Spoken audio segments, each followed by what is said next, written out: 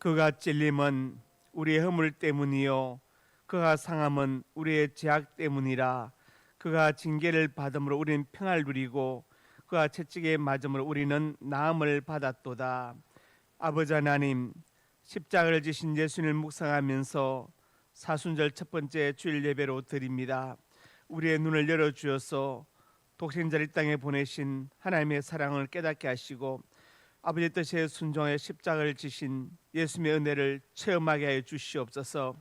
예배하는 이 시간에 우리 마음에 성령의 감화를 주셔서 저희도 예수님처럼 우리의 맡겨진 사명을 잘 감당하게 해 주시옵소서. 예수님 이름으로 기도드립니다. 아멘.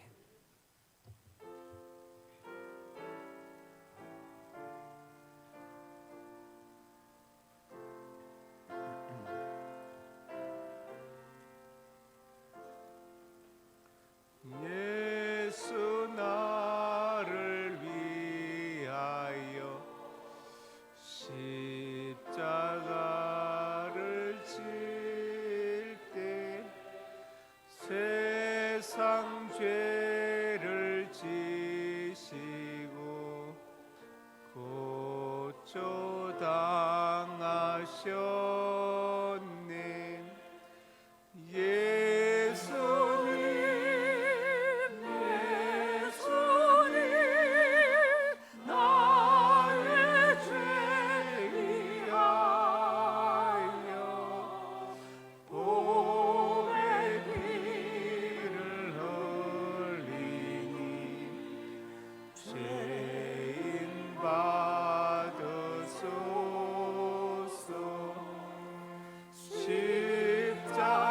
십자가를 지심은 무슨 죄가 있나. 저무지한 사람들 메시아 주였네.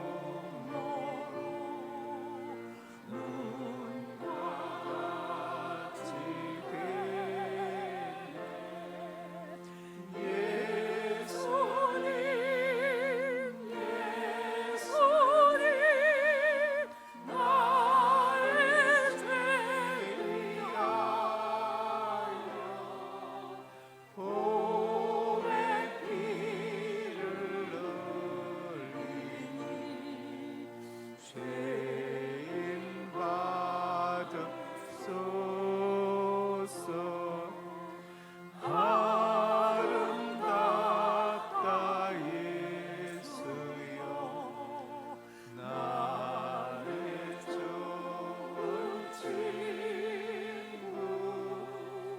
예수 공로 아니면 영원을 받네.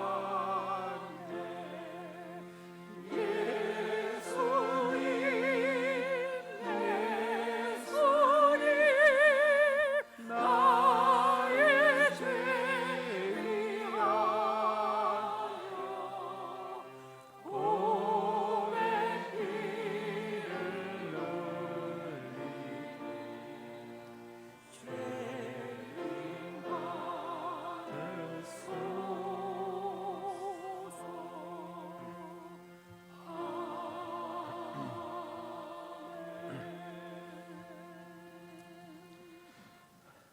나는 전능하신 아버지 하나님 천지의 창조주를 믿습니다.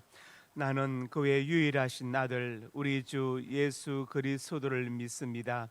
그는 성령으로 잉태되어 동정녀 마리아에게서 나시고 본디오 빌라도에게 고난을 받아 십자가에 못 박혀 죽으시고 장사된 지 사흘 만에 죽은 자 가운데서 다시 살아나셨으며 하늘에 오르시어 전능하신 아버지 하나님 우편에 앉아 계시다가 거기로부터 살아있는 자와 죽은 자를 심판하러 오십니다. 나는 성령을 믿으며 거룩한 공교회와 성도의 교제와 죄를 용서받는 것과 몸의 부활과 영생을 믿습니다. 아멘. 상한 갈대를 꺾지 않으시고 꺼지는 등불도 끄지 아니하시는 하나님 앞에 그 사랑에 의지하여 참회의 기도를 드립니다. 지난 한 주간 저희 마음에 욕심이 가득했고 혈기와 분노가 넘쳤으며 시기와 질투가 있었습니다. 방탕한 생활로 영적인 감각이 무뎌졌으며 죄를 짓는 것도 심상히 여기는 자가 되고 말았습니다. 계속의 삶의 뜻을 거역하는 행동을 반복하여서 양심조차도 꺼져가는 등불처럼 위태로워졌습니다. 사랑의 주님, 하나님 멀리 떠난 저희를 용서해 주시고 우리의 믿음을 회복시켜 주시옵소서. 새로운 마음을 주시옵소서. 예수님 이름으로 고백의 기도를 드립니다.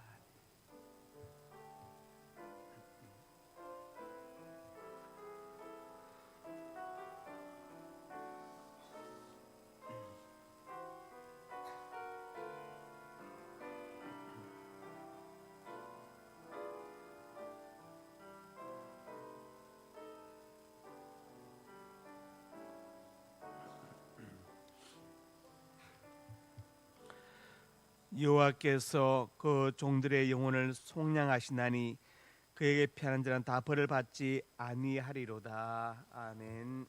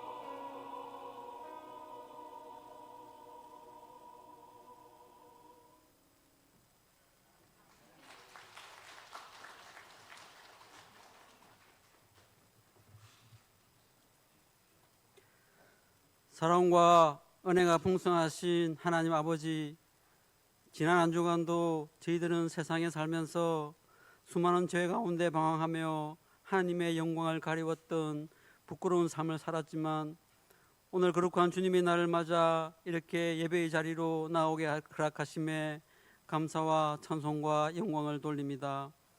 이 시간 온전히 예배에 집중하기를 원하오니 오직 하나님 한 분만 높이며 경배하는 거룩한 예배가 되게 하시며, 은혜 충만히 받아 주님이 맡기신 사명을 위해 살기로 다짐하고 결단하는 귀한 예배 시간이 되도록 인도하여 주시옵소서. 또한 자신이 처한 환경으로 인해 신앙생활이 나태해지거나 예배에 소홀히 하고 있는 주님의 자녀가 있다면 주님께서 그들을 친히 찾아가시고 붙들어 주셔서 믿음이 회복되고 예배가 회복되는 은혜가 있게 도와주시옵소서. 나라와 민족을 위해서 기도합니다. 이 나라를 긍휼히 여겨주셔서 남북한이 더 이상 냉전하지 않고 진정한 평화 통일이 이루어지게 하시고, 위정자들에게는 성령의 지혜를 주셔서 국민을 화합시키고 경제를 살리는데 최선을 다할 수 있도록 하시고, 특별히 4월에 있을 총선에서는 하나님을 두려워하는 사람, 국민을 위해 최선을 다하는 정직한 사람이 선출될 수 있도록 지금부터 힘써 기도하는 한국교회와 믿음의 백성들이 다 되도록 도와주시옵소서. 상민교회가 주님의 뜻을 잘 이루어가는 교회가 되기를 기도합니다.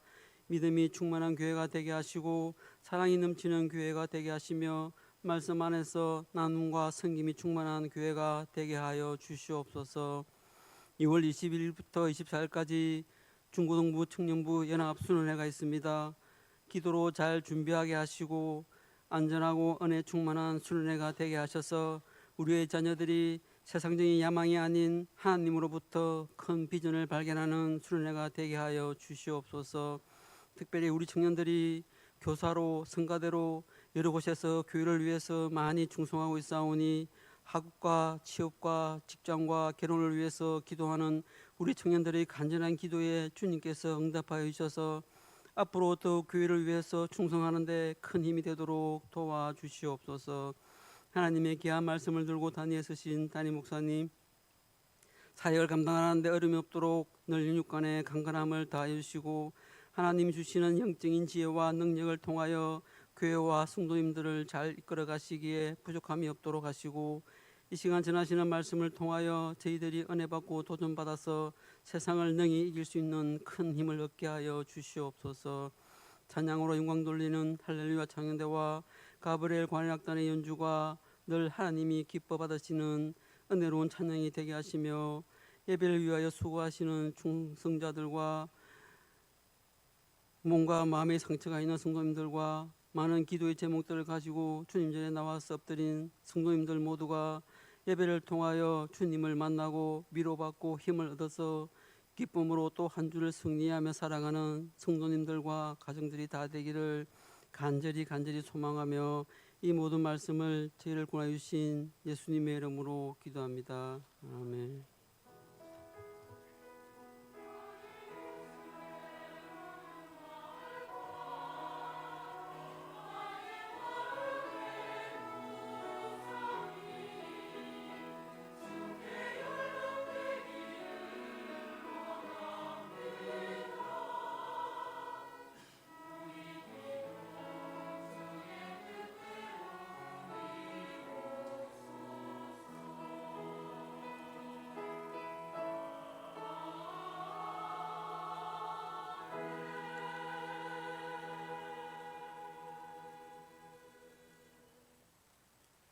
상명 가족 소식입니다. 은혜와 진리가 충만한 우리 상명교회 예배에 참석하신 성도님들 예수님의 이름으로 환영합니다.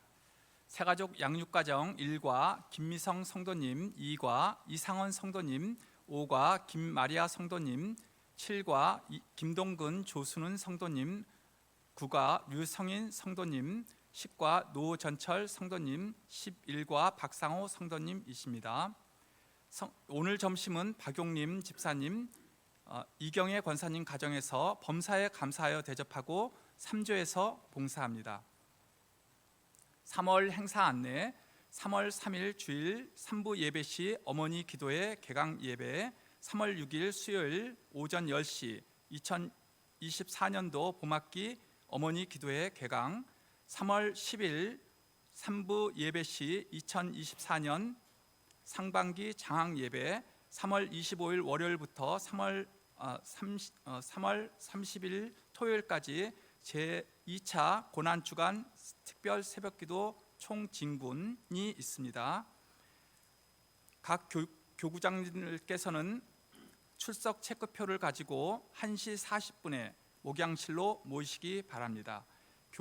각 교구장님들께서는 교구원 주소 및 전화번호를 확인해 주시기 바랍니다. 강정은 권사님께서 쌀 40kg를 헌물하셨습니다. 교육부서 겨울 수련회 안내, 중고등부 청년부 연합 수련회 일시 2월 22일 목요일부터 24일 토요일까지, 장소는 홍천 한옥 예양에서 있습니다. 주제는 같은 말, 같은 마음, 같은 뜻. 중고등부 청년부 연합 수련회 찬조 명단 김미성 집사님, 김양숙 권사님, 박숙자 권사님, 조성국 장로님, 이점성 권사님, 김용근 집사님, 김호기 권사님, 에스더 성교회. 다음 주 3부 예배 차량 운행 봉사자는 성인봉 안수 집사님입니다.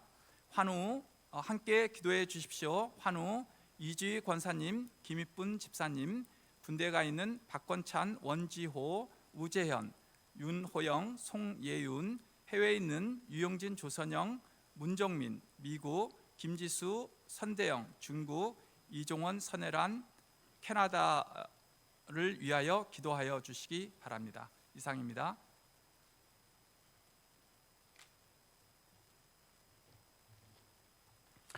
하나님 말씀 시편 110편 1절에서 7절 한 절씩 교독합니다. 여호와께서 내 주에게 말씀하시기를, 내가 내 원수대로 내 발판이 되게 하기까지 너는 내 오른쪽에 앉아 있으라 하셨도다.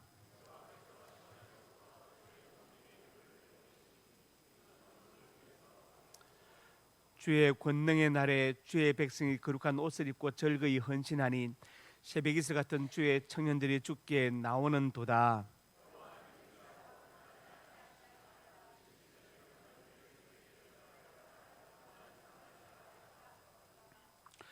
주의 오른쪽에 계신 주께서 그의 노하시는 날에 왕들을 쳐서 깨뜨리실 것이라.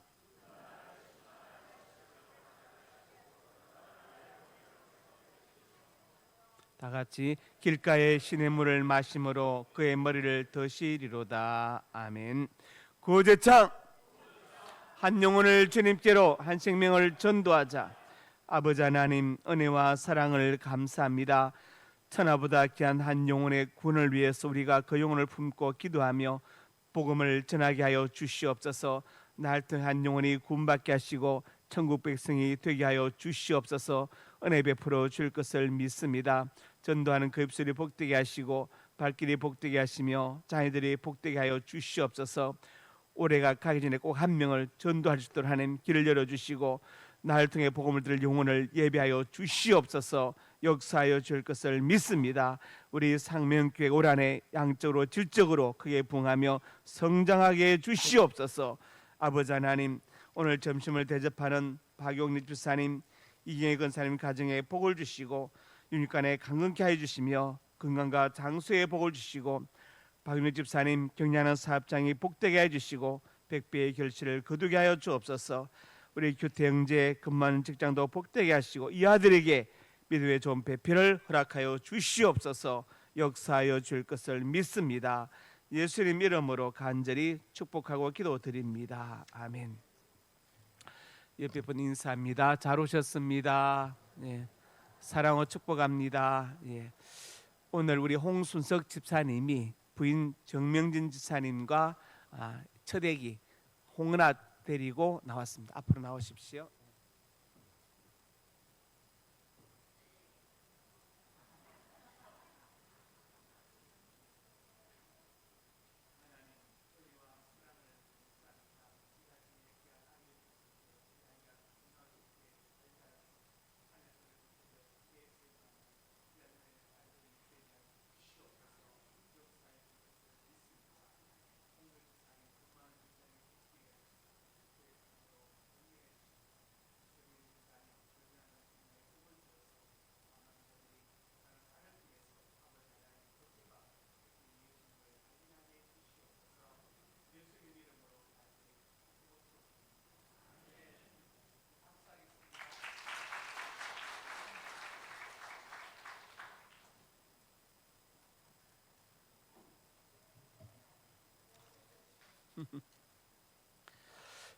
말씀 제목 같이 읽습니다.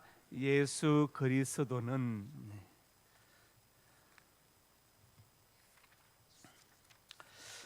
오늘 본문은 시편 110편인데 제가 새벽기도 때마다 시편 강의를 하고 있지요. 그래서 시편 1편부터 시작했는데 지금 111편을 하고 있습니다. 그래서 제 자신 생각해도 참 감사하고 저 혼자 기특하고 감기에 무량합니다.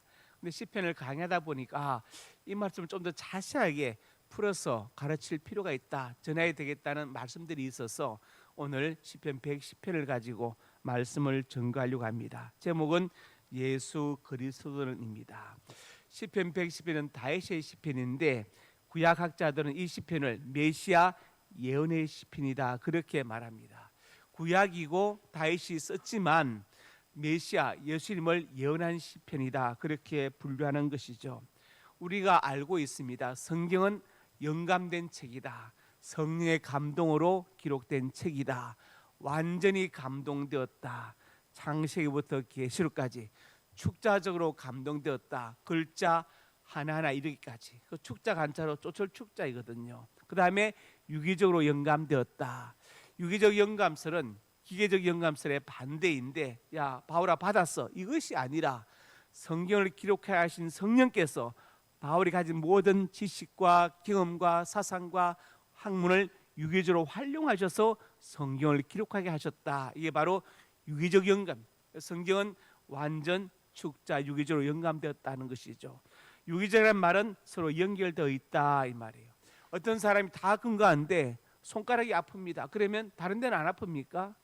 네, 온몸이 다 아프죠. 손가락 아프면 다 괜찮은데 발가락이 아파요. 그러면 온몸이 다 아픈 것입니다. 그게 바로 유기체이기 때문에 그렇죠. 그래서 유기적으로 영감되었다. 성경을 기록한 저자의 모든 것을 활용하셔서 성령께서 기록하게 하셨다. 바울은 가말리엘 문화에서 철학을 공부했기 때문에 교리서인 로마서를 쓰게 하신 것을 우리가 알고 있습니다. 그리고 성경이 사실은 예수님에 대해서 말씀하는 것이죠. 요한복음 5장 39절과 40절에 너희가 성경에서 뭘 얻어요? 영생을 얻을 생각하고 성경을 연구하는데 성경이 곧 누구에 대하여? 내게 대하여 정한 것이다. 예수님이 하신 말씀이에요. 성경은 영생 얻는 책이고 예수님에 대해서 증거하는 책이다. 어떤 이단 집단은 이때의 성경은 요한복음 5장에 기록된 성경은 구약 성경 아니냐. 그래서 예수님께서 오셔서 구약을 풀어주신 것처럼 지금 어떤 새로운 어떤 그 목자가 와서 새 유한이 와서 신약을 풀어줘야 된다고 말합니다. 얼핏 들으면 맞는 것 같지만 그건 틀린 말. 왜 틀린 말이냐? 예수님을 자꾸 인간으로만 생각하는 거예요. 예수님은 참 하나님이시고 참 사람이시다. 그래서 제가 베레호모 베레데오스, 참 사람이고 참 신이다. 그래서 예수님께서 성경에서 이 말씀은 구약 성경을 전제하지만 신약 성경에도 포함되어 있다는 것을, 왜? 그분은 성자 하나님이시기 때문에. 그래서 향유를 깨뜨려서 예수님의 머리에 부은 그 여자에 대해서 주님 말씀하셨죠. 어디선지 복음이 전파되는 곳에는 여자 행한 일도 기록하여 기염되게 될 것이다. 예수님은 신약 성경에 기록된 걸 아시고 미리 그렇게 말씀하신 거예요. 그러니까 여기서 요한 5장 39절의 성경은 신구약 성경을 다 통틀어서 말하는 것이지 구약만 말하는 것은 아니다. 신구약 성경 모든 것이 바로 영생의 길을 제시하고 예수님에 대해서 증거하는 책이다. 그러면 오늘 본문의 다윗은 어떻게 성령의 영감을 받아서 예수님에 대해서 예언을 했는가, 그것을 살펴보려고 합니다. 첫째로 같이 읽습니다. 하나님 보좌 우편에 선지하신 예수님. 본문 1절에 말씀합니다. 여호와께서 내 주에게 말씀하시기를. 성부 하나님께서 내 주에게 말씀하셨다. 바로 성자 하나님이신 예수님이 말씀하시는데 오른쪽에 앉아 있으라 이렇게 말씀해요. 우편에 있으라.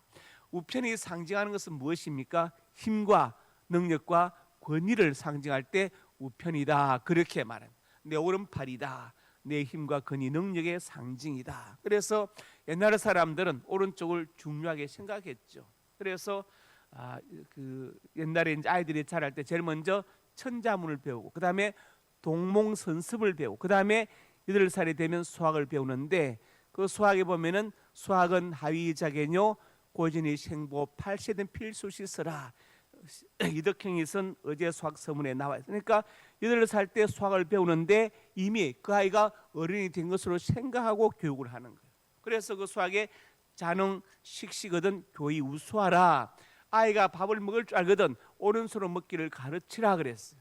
왜냐? 왼손잡이는 불편하다고 본 것이죠. 그래서 오른쪽을 귀하게 여겼는데 오늘 본문에도 오른쪽에 앉아 있어라. 이 말은 뭐냐? 바로 힘과 능력과 권위를 이렇게 나타내는 것입니다. 그래서 예수님은 어떤 분이냐? 하나님 보좌 우편에 계신 분이시다. 사도행전 7장 54절에 6절에 보니까 스데반이 이제 복음을 전하고 순교하기 전에 하늘을 보니까 하늘이 열리고 인자가 하나님 우편에 서신 것을 보노라. 인자는 바로 예수님이죠. 예수님 어디에서 하나님 우편에 서신 것을 내가 보고 있다. 하나님 보좌 우편에 앉아 계신 그분께서 스데반의 죽음의 경위를 표하기 위해서 일어나셨다. 일어나셨다. 하나님 예수님께서 일어나셨다. 우편에 앉으셨던 분이. 그래서 예수님은 하나님 보좌 우편에 계신 분이다. 시편 110편 1절에도 그것을 말씀하고 있죠. 오른편에 앉아 있으라 말씀하십니다. 그리고 이제 요한복음 5장에 가서 주님께서 말씀하시다. 모세를 믿었다면 나를 믿었으니 그는 그가 내게 대하여 기록하였습니다. 모세의 글, 그러니까 모세오경 말하는 것이죠. 창세기, 출애굽기, 레위기, 민수기, 신명기. 모세오경을 토라라 하고 토라를 우리가 해석한 것을 미시나라 하고 미시나를 삶에 적용시킨 것을 탈무드라고 하는데 그 모세오경에 누구에 대해 기록되어 있어요? 예수님에 대해서 기록되어 있다고 주님께서 직접 말씀하셨습니다. 그리고 누가복음 24장에 와서 말씀합니다. 이 내용이 뭐냐? 27절 보십시다. 시작. 이에 모세와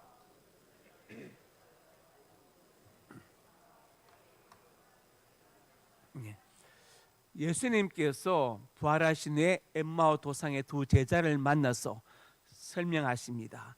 모세의 글, 모세오경과 모든 선지서에 있는 글들, 모든 성경에 쓴 바 오늘 본문의 시편까지 포함해서 자기에 관한 걸 자세히 설명하십니다. 내가 바로 예언된 바로 메시아이다. 내가 바로 성자 하나님이라는 것을 설명하시는 말씀이죠.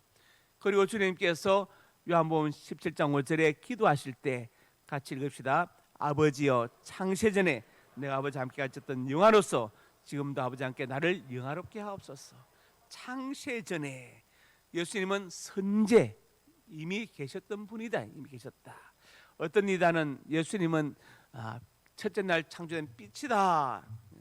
첫째 날 빛이 있으라 했다. 그런데 요한복음 보니까 1장에 예수님 빛이라고 하지 않느냐. 말이 안 되랬어라는 거예요. 첫째 날 창조된 빛은 빛 자체를 말하는 것이고 이미 예수님은 창세전에 아버지 함께 계셨던 분이시고 요한복음 1장에 예수님을 빛으로 말한 것은 우리의 희망과 구원이 되신다는 그 표현에서 상징적으로 빛으로 말씀하신 것이지 요한복음 1장에 예수님이 빛이라고 해서 창세기에 첫째 날 창조된 빛이다 이렇게 하는 것은요 나는 무식합니다 얘기밖에 안 돼요.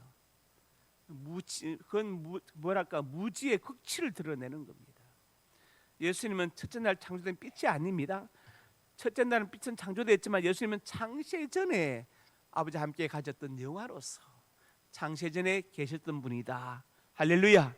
예, 우리가 말씀을 정확하게 알아야 됩니다. 그러면 이단에 미혹되지 않습니다. 요한복음 8장에 또 말씀하십니다. 너희 조상 아브라함은 나의 때에 볼 것을 절과다 보고 기뻐했느니라. 그러니까 네가 50살도 안 돼 아브라함을 보았느냐 하니까 아브라함이 나기 전부터 내가 있느니라. 예수님의 선제성에 대해서 하나님 보좌 우편에 계셨던 성자 하나님이시라는 것을 분명히 말씀하고 있습니다. 그래서 예수님 어떤 분이시냐? 참 하나님이시고 참 사람이시다. 그렇죠? 참 하나님 참 사람이시다. 시편 110편 2절의 말씀 여호와께서 시온에서부터 주의 권능의 귀를 내보내시리니 시온은 제가 한번 설명했죠. 하나님과 언약 공동체 안에 있을 때 예를 들어서 시온 백성 하나님의 백성들 시온자 하나님의 보좌 시온산 하나님의 계신 산 그래서부터 이 시온의 신약적 의미는 바로 오늘날의 교회를 말한 것이죠. 성도를 말한 것입니다. 권능의 규를 내보여. 규는 옛날 속에 홀로 되어 있죠. 지휘봉을 말하는 것입니다. 규를 내보내신다. 그래서 예수님은 어떤 분이시냐? 하나님 보좌 우편에 선지하셨던 성자 하나님이시다. 이렇게 다윗이 성령의 감동으로 기록하였습니다. 두 번째로 같이 읽습니다. 재림하실 예수님. 본문 3절의 말씀이 있죠. 주의 권능의 날에. 이 권능의 날 어떤 날? 바로 재림하시는 그 날이다. 주의 백성이 거룩한 옷을 입고, 거룩한 옷은 제가 지난주에 말씀드렸죠. 하나님 교회 세계복음 선교협회 안성정리 이단성에 대해서 말하면서 거룩한 옷, 흰 옷은 무슨 말이냐? 바로 구원받은 백성들을 가리키는 것이다. 구원받은 성도들을 가리키는 것이다. 흰 옷은 그걸 말씀드렸습니다. 그래서 사도계에 흰 옷을 입은 자들이 있고 입사 장로가 흰 옷을 입었고 큰 무리가 온다. 이거 다 설명을 드렸죠. 그래서 거룩한 옷은 바로 흰 옷을 말하는데 그 의미는 뭐냐? 예수 믿고 재용서 받은 사람들을 말하는 것이죠. 그리고 권능의 날은 예수님께서 재림하시는 날을 말하는 것입니다. 이단들의 특징이 예수님이 재림이 없다 이렇게 주장하죠. 왜냐? 내가 예수다. 예수의 영이 나에게 임했기 때문에 더 이상 재림할 예수 기다리지 마라. 어떤 이단은 사명자 교육용에는 핵심 책에다가 거기다 써놨어요. 이렇게 예수님의 영이 임해 있는데 또다시 육체로 예수를 기다려야 하느냐고 이렇게 질문합니다. 사명자 교육용 책에 보면은 이게 참 말이 안 되는 얘기죠. 제임에서 같은 집단은 예수님은 재림이 없다. 왜냐하면 불심판이 없다. 야고보서 혀는 불이요 불의의 세계를 하지 않네. 그러니까 불심판이 아니라 말씀 심판이다. 내가 말씀으로 심판한다. 이렇게 말하고 있습니다. 그러나 성경 그렇게 말하지 않고 분명히 예수님께서 재림하신다. 주의 권능의 날이 있다고 분명히 선언하고 계십니다. 그래서 사도행전 1장에 보니까 이렇게 말씀했죠. 예수님이 성천하시는데 제자들이 하늘을 보는데 흰 옷 입은 두 사람이 천사들이 서서 하늘 쳐다보느냐? 예수는 하늘로 가신 본 그대로 오시리라. 하늘 올라가신 그 그대로 다시 오실 것이라고 이렇게 말씀했어요. 그대로 오실 것이다. 분명히 재림하실 것을 말씀했습니다. 자, 그리고 이제 계시록 22장 12절에도 내가 속히 올 것이다 말씀하셨고 1장 7절에 그가 구름을 타고 오시리라. 이 구름을 또 이제 이단들이 어떻게 하느냐?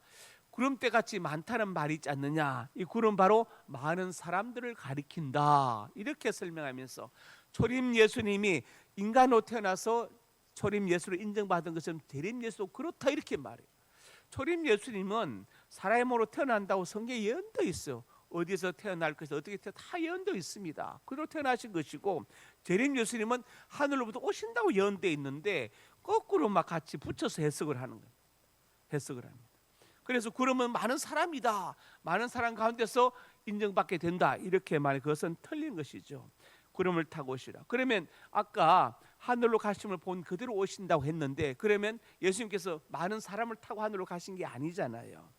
그를 찌른 자들도 볼 것이 이 말은 예수님 십자가에 달리실 때 창으로 찔렀습니다. 그 사람도 부활해서 예수님을 보게 될 것이다. 모든 생명이 다 영원히 부활하겠죠. 우리가. 그런데 부활의 양상이 다른 우리는 생명의 부활로 그들은 심판의 부활로 나올 것을 성경이 말씀하고 있습니다. 예수님 반드시 재림하신다고 성경에 기록되어졌습니다. 그리고 베드로후서 3장 10절에 말씀합니다. 주의 날이 도둑같이 오리니 그날 한 큰 소리로 떠나 물질이 뜨거운 불에 풀어지고 영어 성경에는 물질의 엘리멘트 원소가 다 풀어지고 될 것이다. 주의 날이 어떻게 옵니까? 도둑같이 온다고 말씀이죠. 도둑같이 올 것이다. 그러니까 이것은 우리가 예상하지 않은 시간에 오신다 그 말. 도둑이 언제 간다고 예고하고 있으면 지키면 되는데 언제 올지 모르잖아요. 주의 날이 예수님의 재림이 그렇다 이것을 말씀합니다. 그래서 마태복음 24장 44절에도 시작 이러므로 너희도 준비하고 있으라 내 인자가 오리라. 생각하고 있는 날이 안 오십니다. 못 오시요. 왜 못 오시냐? 이 말씀이 틀리게 되면 안 되기 때문에 1990년 10월 28일 오신다 생각하면 그 날짜에 못 오셔요. 앞으로도 마찬가지입니다. 앞으로 마찬가지예요. 계시를 받았던 환상을 받았던 날짜를 계산했던 간에 생각하고 있는 그 날짜는 절대로 안 오십니다. 오실 수 왜? 이 말씀이 틀릴 수 없기 때문에 생각하고 있는 날짜에 안 오세요. 제가 전에 말씀드렸죠. 잘못된 신학이 잘못된 신앙을 낳는다고. 따라합시다. 신학 없는 신앙은 위험하고 신앙 없는 신학은 공하다. 예, 바른 신학 위에 바른 신앙이 생기는 것입니다. 그렇지요? 네, 바른 신학 위에. 92년 10월 28일 종말론 다 얼마나 난리가 났습니까? 한 번 더 복습합니다. 세대주의 종말론, 세대주의도 두 가지 있는데 하나는 학문적 세대주의, 달라서 신학교, 학문 세대주의. 조두만 교수님이 거기 출신이죠. 강예수로 유명한. 또 하나는 통속적 세대주의, 따비의 통속적 세대주의. 통속적 세대주의가 문제인 거. 왜냐? 성경에 쭉 해서는 하루가 천년 같고 천년의 하루가 양 가지 잊지 말라. 그 말씀을 어떻게 잘못 해석하느냐? 그 말은 하나님은 시공을 초월해 존재하시고 우리를 기다리시는 마음이 그렇다는 뜻을 표현한 것인데 그것을 어떻게 하면 하루를 천년으로 계산해 버려요. 그래서 6일 동안 창조하시죠. 그러면 하루는 천년이니까 6천년이다. 하루 안식하셨죠. 지금 천년 왕국이다. 맞네. 인류 역사는 6천년에 끝나야 됩니다. 그렇죠? 네. 그러면 구약 4천년이 지나갔어요. 신약 2천년 남았는데 1999년에 종말이 와야 돼요. 근데 왜 92년에 재림하시느냐? 자, 어린 양 혼인 잔치가 있고 7년 대환란이 있잖아요. 그죠? 구원받은 사람이 휴거돼 가지고 어린 양 혼인 잔치를 하고 있고 땅에는 7년 대환란을 겪는다.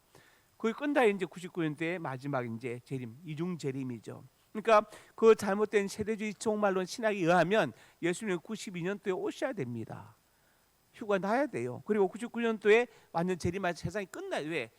인류 역사 6천으로 끝나야 되기 때문에. 말이 안 되는, 그러니까 잘못된 신학이 잘못된 신앙을 만드는 것입니다.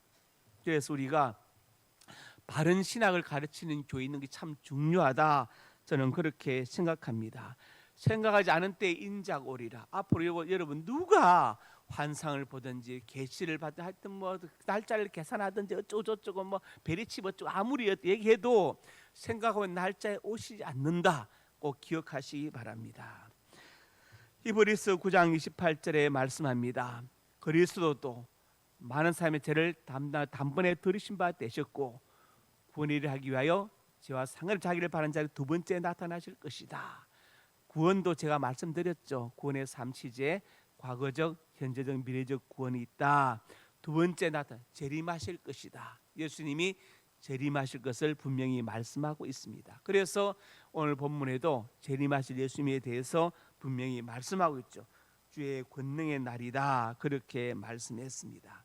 그리고 마태복음 26장 64절의 말씀 같이 시작. 예수께서 이르시되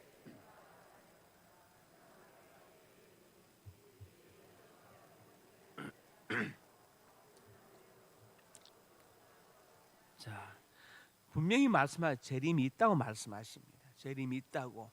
건너 옆에 앉아 있는 것과 하늘 구름 타오는 것 너희가 보리라. 근데 그걸 자꾸 사람으로 해석하고 이런 말이 안 되는 이야기를 하고 있지요. 예수님은 반드시 재림하실 것입니다. 우리는 그 주님을 믿습니다. 세 번째로 같이 봅니다. 대제사장이신 예수님. 본문 4절에 말씀했습니다. 여기 보니까 너는 멜기세덱 서열을 따라 영원한 제사장이라 하셨도다. 성부께서 성자를 가리켜서 멜기세덱의 서열을 따른 영원한 제사장이라 이렇게 말씀하셨어요. 그것이 다윗이 성령의 감동으로 기록했습니다. 멜기세덱은 여러분 아시죠? 창세기 보면은 아브라함이 그돌라오멜에서 조카 롯을 구출해 올 때 제사장을 만나는데 그 제사장이 멜기세덱이요. 멜기세덱은 신을 알 수 없는데 분명히 제사장이요. 그래서 10분의 1을 아브라함이 드립니다. 멜기세덱 제사장. 예수님께서 바로 그 멜기세덱 서열을 따른 제사장이다. 두 계열이 있는데 아론 계열이 있고 멜기세덱 계열이 있다. 아론 계열은 사람이 혈통으로 되는 것이고 멜기세덱 계열은 성부께서 사람의 혈통을 떠나서 세우신 제사장이다. 그래서 멜기세덱의 서열을 따른 제사장이 바로 예수님이시다. 그것을 말합니다. 에덴 수도원이라는 이단은 박인선파는 구약의 창세기의 멜기세덱 1대 예수님이 대 자기가 3대 그렇게 말하지만 그것은 자기 얘기고 분명히 성경은 예수님께서 멜기세덱을 따른 제사장이라고 말씀하고 있습니다. 이 다윗이 한 말을 히브리서 4장에 보니까 이렇게 큰 대제사장이 계신다. 그분이 우리의 대제사장이시다. 연약함을 동정하시는 분이시다. 연약함을. 예수님은 나사렛 무덤 앞에서 우셨죠. 제가 우신 이유를 설명해 드렸지요. 금방 살려낼 건데 우실 필요가 없습니다. 왜 우십니까? 죽음 앞에 있는 인간, 그 유한함, 그 절망과 공포에 뜨는 인간의 모든 연약함을 같이 공감하고 소통하시면서 우신 거예요. 소통을 우신 것입니다. 그리고 굶주린 그 백성들을 그냥 돌려보내지 못해서 나 함께 있은 지가 사흘인데 먹을 것이 없다. 그냥 가라가면 길에서 기진할 것이다. 그래서 질병의 기적을 베푸시고 그들을 먹이시지 않습니까? 나인성 가부의 아들이 죽었는데 얼마나 가부가 우는데 주님께서 울지 말라 위로하시고, 주님은 우리를 동정하시는 분, 우리의 고통과 눈물과 슬픔과 분노에 같이 공감하실 수 있는 분이십니다. 그분은 피곤하셔서 배 고물에서 주무시기도 하고 인자는 머리 둘 곳이 없다고 말씀하기도 하셨습니다. 우리 연약함을 동정하신 분이십니다. 시험을 똑같이 받으셨는데 죄는 없다. 그분은 우리의 대제사장이 되신다. 그렇게 선포하고 있죠. 그리고 히브리서 5장 5절부터 6절에 말씀합니다. 우리 주님께서 대제사장이 되신 것이 스스로 영광을 찬 것이 아니라 오직 성부께서 그렇게 임명하셨다. 영원히 멜기세덱 반차자는 제사장이라고 이렇게 성부께서 명령하셨다고 합니다. 그리고 히브리서 9장에 가서 또 이렇게 말씀합니다. 시작. 그리스도께서는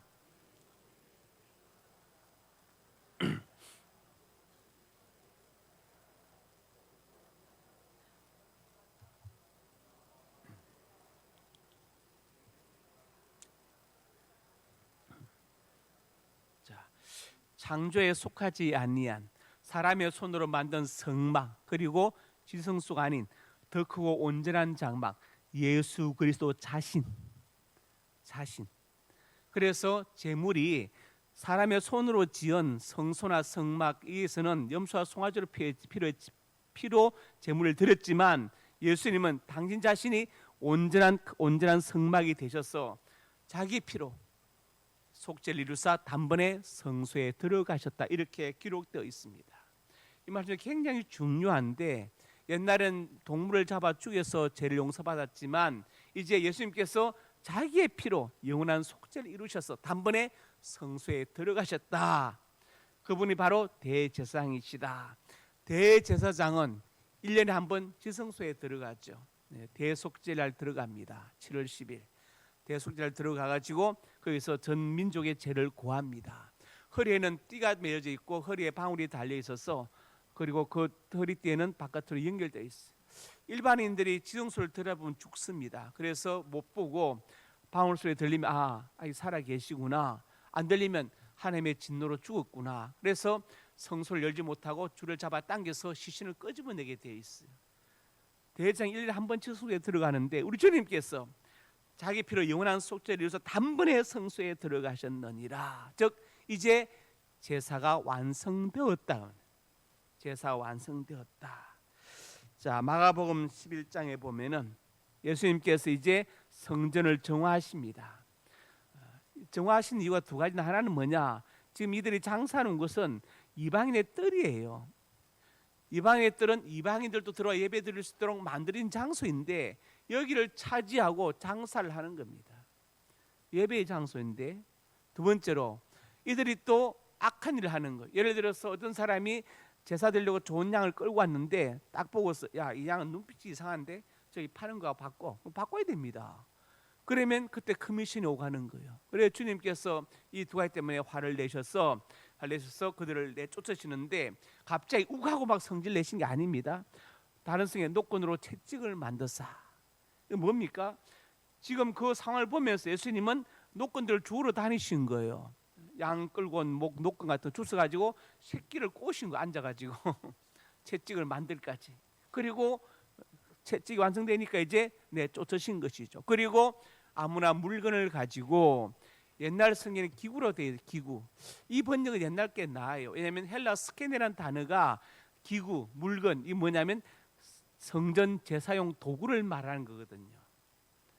이 말은 무슨 말이냐? 이제 단순히 성전 정화가 아니라 유대교의 성전 제사는 끝이 났다 이 말이에요. 더 이상 성전 제사용 도구들이 필요 없다, 그걸 선포하시는 거예요. 그래서 마가복음 15장에 가면은 예수님께서 운명하실 때 성소장이 찢어져 버려요. 지성소 회장이 찢어집니다. 저도 말씀드렸지만 요세푸스가 기록하기를 성소회장 너무 튼튼해서 말 두 마리가 당겨도 찢지 않는다. 여러분 몸이 좀 튼튼하고 생각하죠? 말 두 마리 양쪽에 당기면 어떻게 될까요?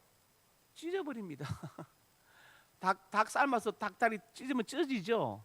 사람도 그래요. 그래서 사지 거열형이죠. 거열형. 손 한 마리를 네 방향으로 묶어놓고 잡아 당겨서 채찍질 해가지고 사람을 찢어버리는 거예요. 찢어 죽이는 거예요. 그래서 우리 옛말에 찢어 죽일 놈 그런 말이 있죠. 찢어 죽일 놈. 네. 그 말이 사지 거열형. 얼마나 무섭습니까? 사지를 마녀 소에 잡아 당겨서 찢어 죽인다는 거. 닭다리 찢듯이. 그 휘장이 그렇게 튼튼했는데 말 두 마리가 당겨도 못 찢었다. 근데 저절로 찢어버렸어요. 이제 뭐냐? 이제 더 이상 유대교의 성제사도 필요 없고 대제사장도 필요 없다. 지성소에 들어갈 필요. 왜? 예수님께서 우리의 대제사장이 되셔서 단번에 성소에 들어가셨다. 할렐루야. 이제 필요 없다는 거예요. 그래서 모아나무를 저주하신 것도 사실은 무엇입니까? 열매 없는 유대교의 성전 제사를 비판하신 거예요. 그래서 이제 예수님께서 성전을 정하시면서 아무나 물건 가지고 못 다니게 하셨다. 성전 제사용 도구들을 이제 더 이상 필요 없다. 그리고 운명하실 때 휘장도 찢어져서 이제 더 이상 지성소가 필요 없다. 왜? 그분이 영원한 대제사장이 되시고 그분이 바로 그 온전한 장막으로서 그분이 바로 성소가 되시기 때문에 그렇게 말씀하신. 제가 지금 우리가 신약에서 가장 중요한 걸 말씀드리는 거예요. 그게 바로 우리의 영원한 속죄를 이루셨다는 것을 말씀하는 것이죠. 제가 오늘 세 가지 말씀드렸습니다. 예수 그리스도는 첫째로 하나님 보좌 우편에 선지하신 예수님, 두 번째로 재림하실 예수님, 그리고 대제사장인 예수님. 기도하겠습니다. 아버지 하나님, 우리 예수님은 성자 하나님이시고 영원 전부터 계셨던 분이십니다. 그분은 재림하실 분이시며 우리의 영원한 대제사장이 되십니다. 예수님에 대해서 바로 알고 바로 믿고 바로 전하게 하여 주옵소서. 예수님 이름으로 기도드립니다. 아멘.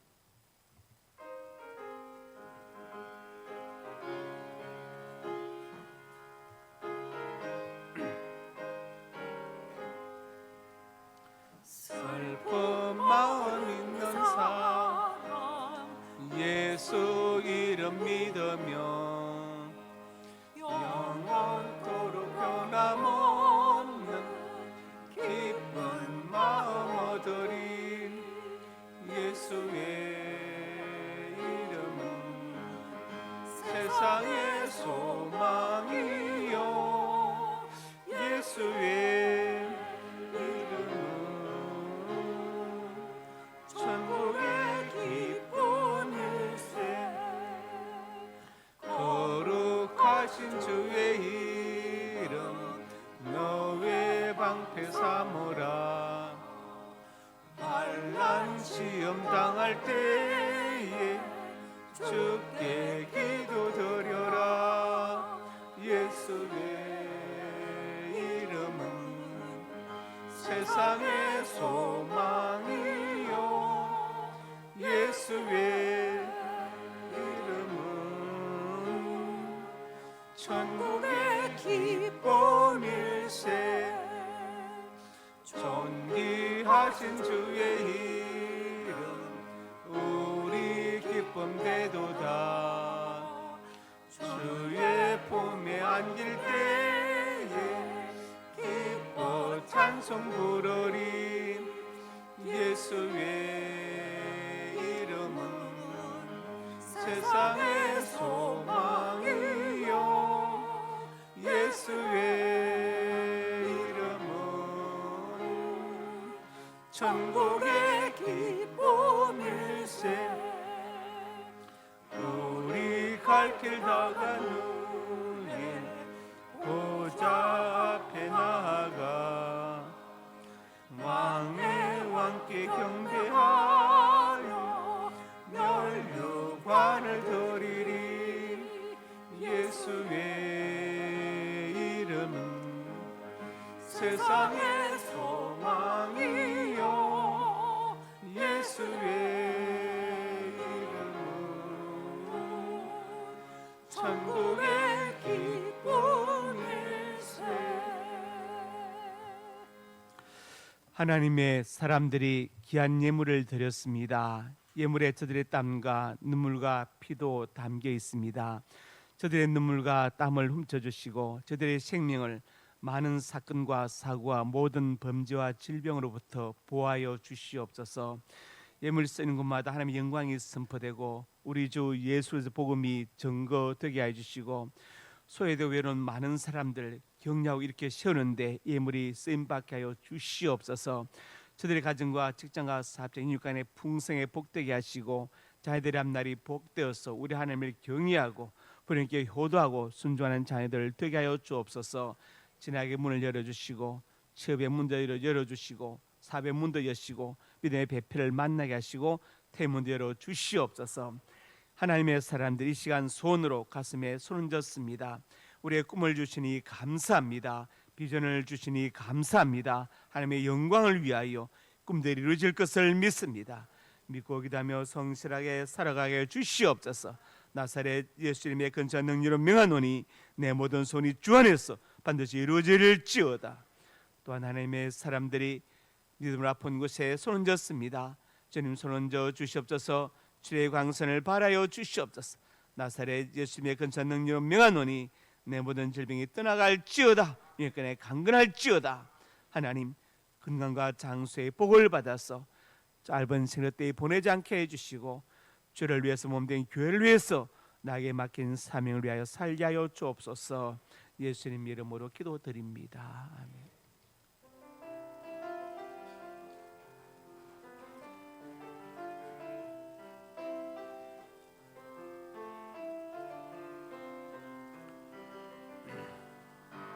말씀하시며 내가 나아가리다. 주님 뜻이 아니면 내가 멈춰서리다. 나의 가고 서는 것 주님 뜻에 있으니 오 주님 나를 이끄소서. 다신 그곳에 나 있기 원합니다. 이끄시는 대로 순종하며 살리 연약한 내 영혼 통하여 일하소서.